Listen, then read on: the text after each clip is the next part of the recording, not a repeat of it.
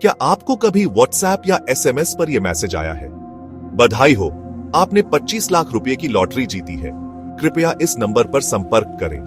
अगर हां, तो भाइयों और बहनों, ये वीडियो आपके लिए है।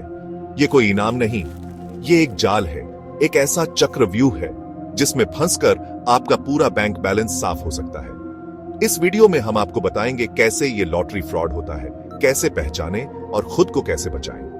देखो यार, पैसा कमाना आसान नहीं होता।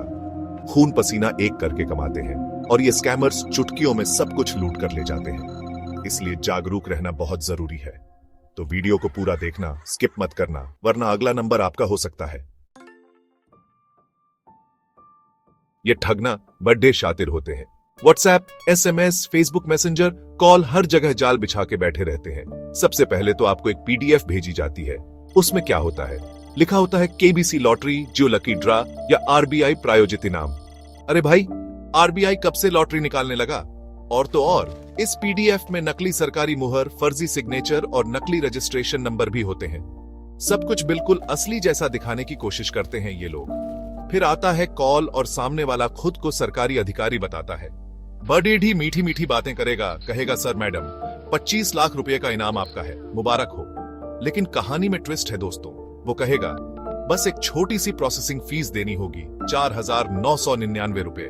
अब लोग लालच में आकर पैसे भेज देते हैं और फिर शुरू होता है इनका असली खेल। एक बार पैसे दे दिए तो समझो गए काम से। फिर ये लोग अलग अलग बहाने बनाकर और पैसे मांगते रहेंगे। अब आप सोच रहे होंगे ये तो सब कहानी है, असलियत में ऐसा होता होगा क्या? तो सुनो दोस्तों, ये घटनाएं बिल्कुल सच हैं। 2022 में लखनऊ की एक महिला ने 1 लाख रुपए गंवा दिए लॉटरी के नाम पर। एक बुजुर्ग व्यक्ति ने अपने पेंशन के 65,000 रुपए गंवा दिए, सिर्फ इसलिए क्योंकि उन्हें विश्वास था कि इनाम असली है। ये स्कैमर्स अक्सर कहते हैं आपका नंबर लकी ड्रा में निकला है और फिर आपसे बार बार छोटे छोटे अमाउंट मांगते रहते हैं। कभी ट्रांजैक्शन फीस के नाम पर, कभी जीएसटी के नाम पर, कभी रजिस्ट्रेशन के नाम पर, कभी वेरिफिकेशन के नाम पर। और लोग डरते हैं, सोचते हैं अगर पैसे नहीं दिए तो क्या पता इनाम कैंसिल ना हो जाए, और इसी डर का फायदा उठाते हैं ये स्कैमर्स। याद रखो दोस्तों, कोई भी सरकारी संस्था या बड़ी कंपनी कभी भी व्हाट्सएप या एसएमएस पर लॉटरी नहीं निकालती। चैप्टर 3, फर्जीवाड़ा कैसे पहचाने।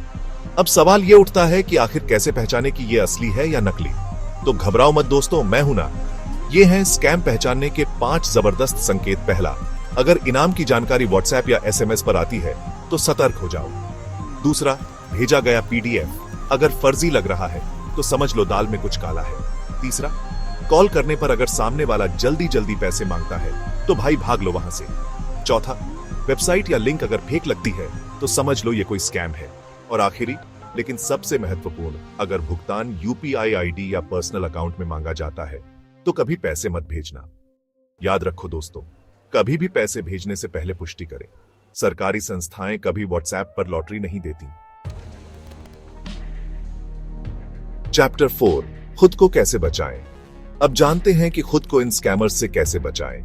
सबसे पहले तो ऐसे किसी भी मैसेज या कॉल को तुरंत ब्लॉक कर दो, कोई रिस्क लेने की जरूरत नहीं है। दूसरा, अगर आपके साथ पहले ही ऐसा कुछ हो चुका है तो तुरंत 1930 पर साइबर फ्रॉड की शिकायत दर्ज कराएं।